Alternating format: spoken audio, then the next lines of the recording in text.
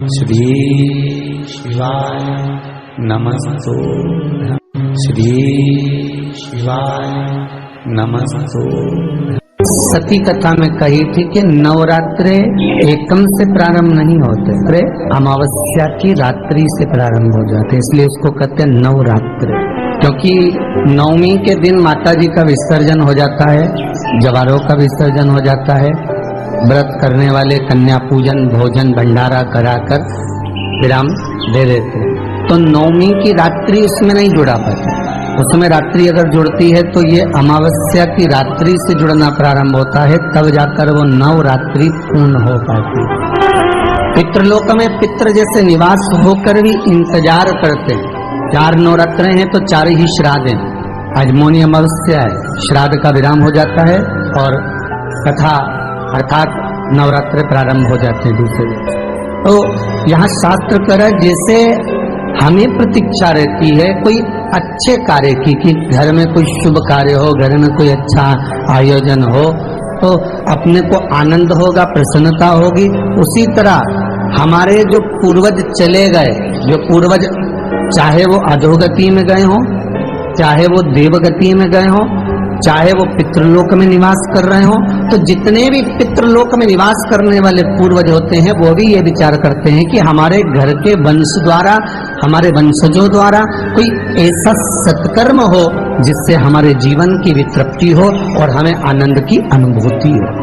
और ध्यान दीजिएगा महाराज, आपको चैत्री नवरात्रे का स्मरण होगा, आपको शरदीय नवरात्रे का स्मरण होगा, पर जो आषाढ़ में और माघ में जो नवरात्रे पढ़ते हैं इसका एक आनंद ही दूसरा रहता है।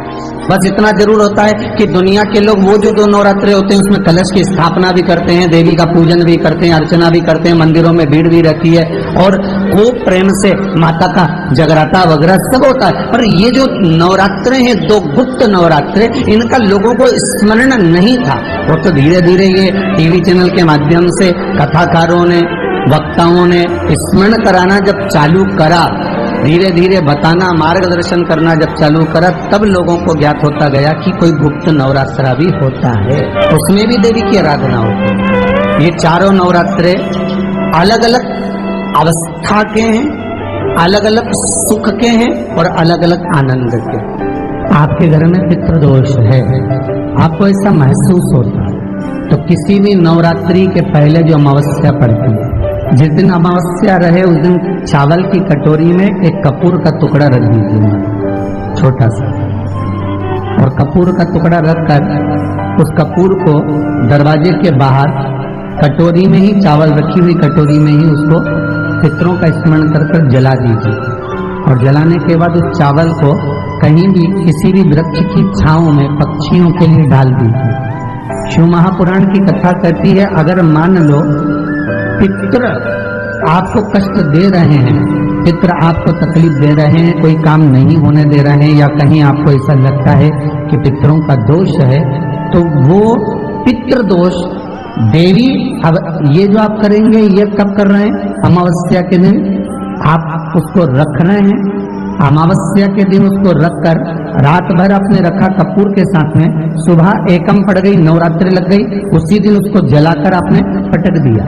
अर्थात उससे देवी और पितृ इन दोनों का आशीर्वाद जो प्राप्त होता है, तो घर में से पितृदोष समाप्त होकर लक्ष्मी की वृद्धि प्रारंभ हो जाती है, कार्य में सिद्धता आ जाती है। और नवरात्रि में भी देवी की आराधना का एक स्मरण का सुख है महाराज। ज्योत का विधान है, नवरात्रि में देवी की ज्योत लगती है, अखंड ज्योति लगती है, जवारे बुआए जाते हैं, कलश लगता है। ज्योत का भी विधान है, जिसके यहाँ दिया अखंड जलाया जाता है, अगर वो दिए की लो, दिए की बाती अगर दक्षिण दिशा की होती है तो उसके घर में साल भर में एक घात जरूर होती है। जो दिया अखंड जलता है उसकी बाती का मुख दक्षिण का नहीं होना चाहिए। अगर आपने देवी भागवत का स्मरण करा हो, देवी भागवत को अगर सुना हो, तो देवी भागवत में स्पष्ट किया गया कि पूर्व की ओर मुख करा हुआ दिया, अर्थात पूर्व की ओर ज्योत जो जलाई जाती है वो संपदा की वृद्धि करती है।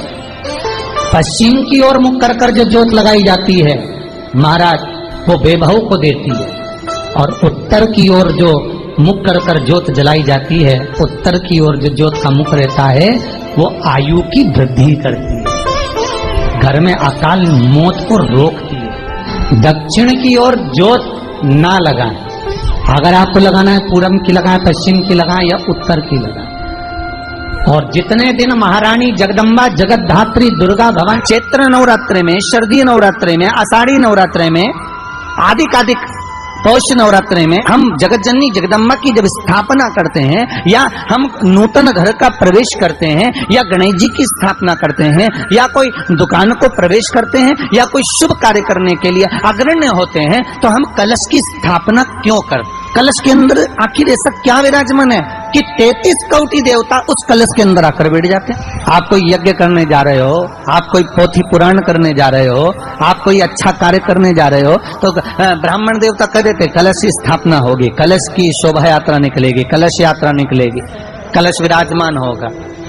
उस कुंभ की, उस घड़े की महत्वता कहां से प्रकट हो गई? शिव महापुराण की कथा कहती है महाराज, भगवान औघड़दानी शंकर स्वयं आद्य शक्ति जगदम्बा से कहते हैं कि जगदम्बा तू क्या चाहती है बोल। तो जगत जननी जगदम्बा कहती है कि जहां मैं हूं वहां शंकर है, ये आपने कह दिया, पर जहां शंकर है वहां पार्वती का होना जरूरी है। उसके लिए सिद्ध करने के लिए एक स्थान ऐसा बनाया जाए जहां पर शंकर विराजमान है और शंकर के साथ पार्वती विराजमान है। तो शिव जी ने कहा पार्वती, उसके लिए मैं तुझे एक सुंदर कलश का निर्माण कर देता।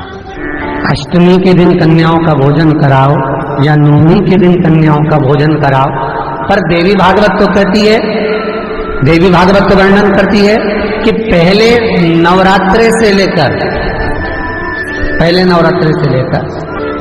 नवमी तिथि